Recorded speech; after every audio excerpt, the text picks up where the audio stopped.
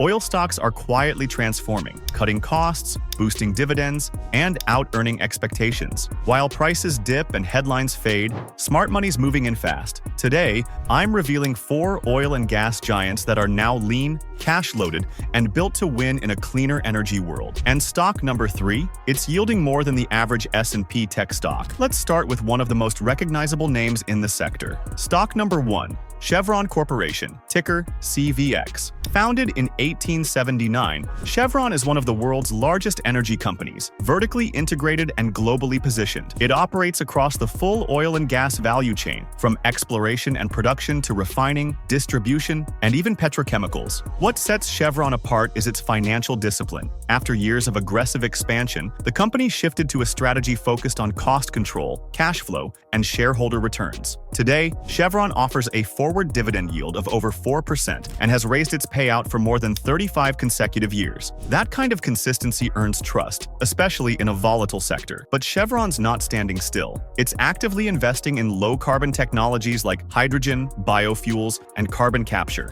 And while these aren't yet major revenue drivers, they position Chevron to remain relevant in a shifting energy landscape. Of course, risks remain. Chevron's earnings still depend heavily on oil prices, and despite its low-carbon efforts, the company remains primarily tied to fossil fuels, which could face increased regulation or demand erosion over time. Still, for investors seeking blue-chip stability, income, and long-term energy exposure, Chevron is hard to ignore. Before we move on, a quick question for you. Should energy giants like Chevron go all in on clean energy, or should they keep focusing on fossil fuels while demand remains strong? Drop your thoughts in the comments. Now let's shift from producers to infrastructure. Stock number 2, Williams Companies, ticker WMB. Founded in 1908 and based in Tulsa, Oklahoma, Williams is a leading natural gas infrastructure company. It owns over 30,000 miles of pipelines across the U.S., including the Transco system, a critical corridor moving gas from the Gulf Coast to the Northeast. Unlike drillers, Williams doesn't depend on oil prices. Its revenue model is largely fee-based, with about 98% of income tied to long-term contracts. That makes its cash flow more stable, even when energy markets get choppy. Williams benefits from growing U.S. demand for natural gas, especially as industries like data centers and AI infrastructure ramp up electricity needs. As coal plants shut down,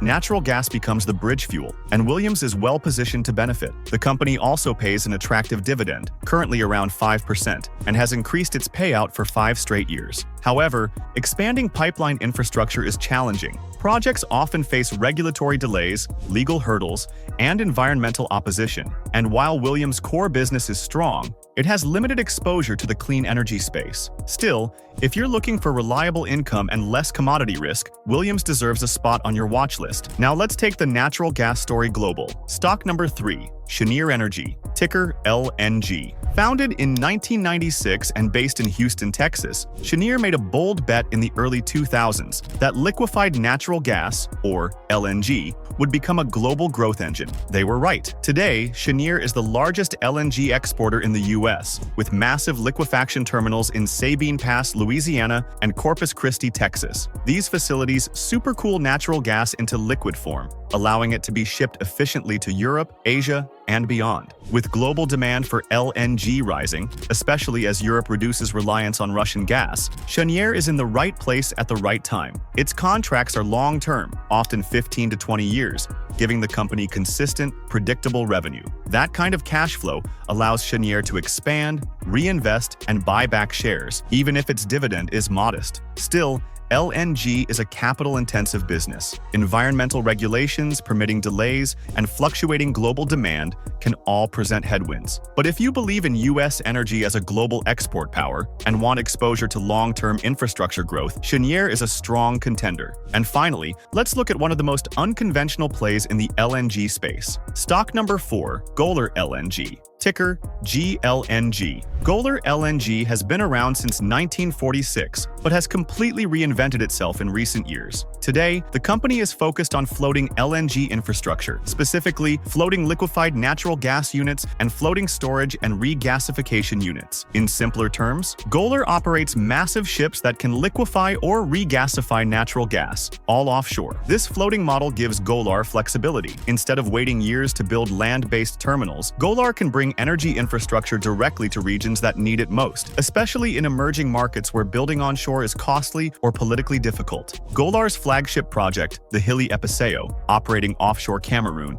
has been a proof of concept, and with more projects in development, the company is aiming to lock in long-term, stable revenue streams. It's a bold strategy, but not without risks. Golar is smaller than its peers, and that means more volatility. Its future depends on executing contracts successfully and avoiding delays or cost overruns. And while the business is transitioning away from shipping toward infrastructure, it's still in the middle of that transformation. But for investors seeking innovation, scalability, and differentiated exposure to global LNG, Golar is a name to watch. And if we take a closer look at the numbers behind these companies, the story becomes even more compelling. Chevron leads the pack with a massive $254 billion market cap and $193 billion in annual revenue, clearly the heavyweight in this lineup. Its 4.6% dividend yield and strong $8.72 earnings per share signal both stability and consistent income potential. But it's also worth noting that its gross margin at 14.11% is thinner than the others, which makes sense for a company balancing refining, exploration,